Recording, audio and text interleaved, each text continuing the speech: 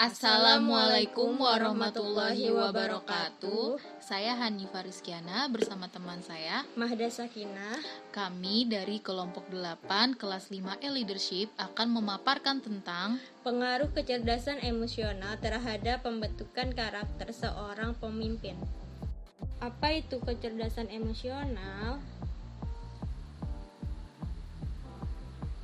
Kecerdasan emosional atau EQ adalah kemampuan, keterampilan, kapabilitas, dan kompetensi non-kognitif yang mempengaruhi kemampuan seseorang untuk berhasil dalam menghadapi tuntutan dan tekanan lingkungannya.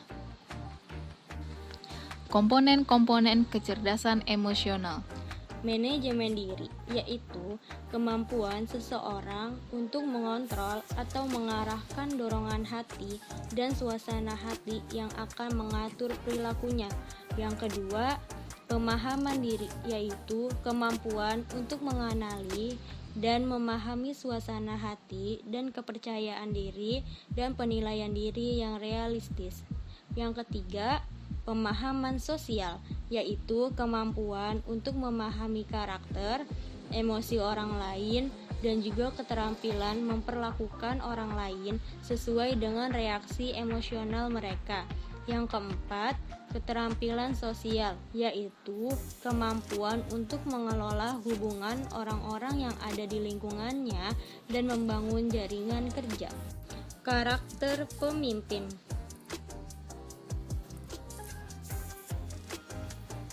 Karakter adalah nilai-nilai khas, baik watak, akhlak, atau kepribadian seseorang yang terbentuk dari hasil internalisasi berbagai kebijakan yang diyakini dan dipergunakan sebagai cara pandang, berpikir, bersikap, berucap, dan bertingkah laku dalam kehidupan sehari-hari.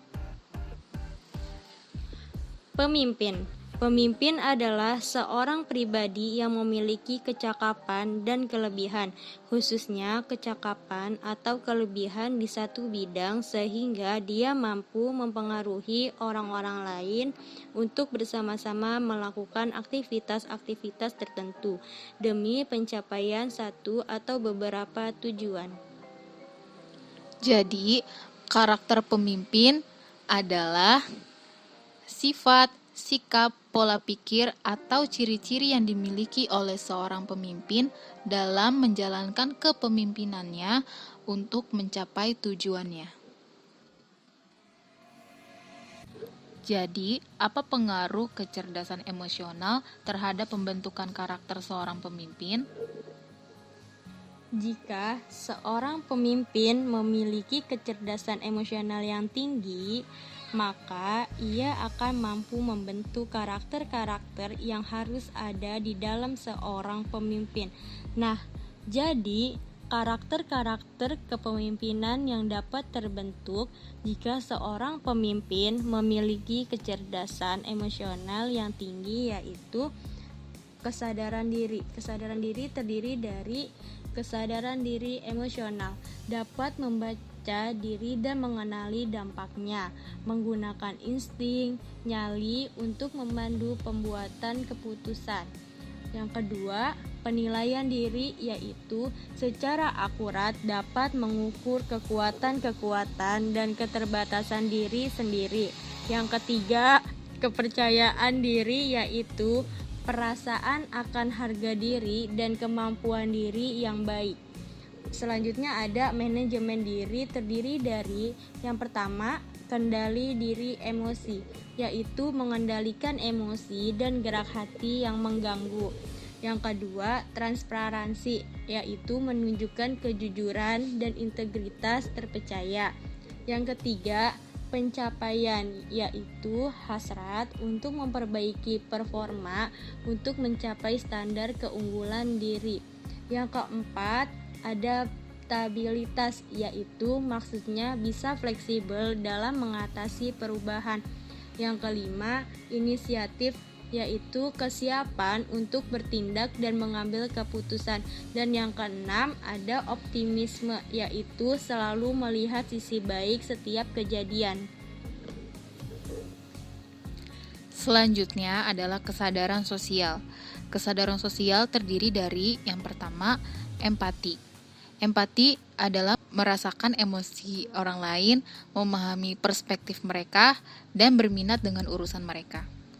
Yang kedua, kesadaran organisasi, yaitu dapat membaca arus, jaringan pembuat keputusan dan politik pada tingkat organisasi. Yang ketiga, pelayanan, yaitu mengenali dan memenuhi kebutuhan para anggota. Selanjutnya yang terakhir adalah manajemen hubungan. Manajemen hubungan terdiri dari pengaruh, yaitu dapat menggunakan teknik persuasif yang efektif. Yang kedua, manajemen konflik, yaitu dapat menyelesaikan perselisihan yang timbul dengan baik. Yang ketiga, inspiratif, atau dapat memandu dan memotivasi dengan pandangan yang mendorong. Selanjutnya, katalis perubahan, yaitu seseorang yang mampu memulai, mengatur, dan memimpin jalan ke arah yang baru. Selanjutnya, membangun ikatan, yaitu menebar dan mempertahankan jaringan atau hubungan yang ada. Dan yang terakhir adalah kolaboratif, atau mengedepankan kerjasama dan membangun tim. Jadi, kesimpulannya adalah untuk menjadi seorang pemimpin yang berkarakter, sangat diperlukan kecerdasan emosional yang baik.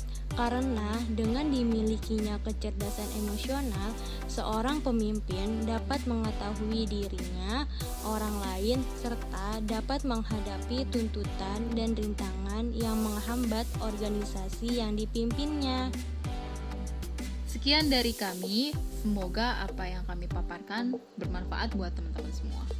Oke, kalau gitu kami pamit undur diri. Wassalamualaikum warahmatullahi wabarakatuh. Bye-bye.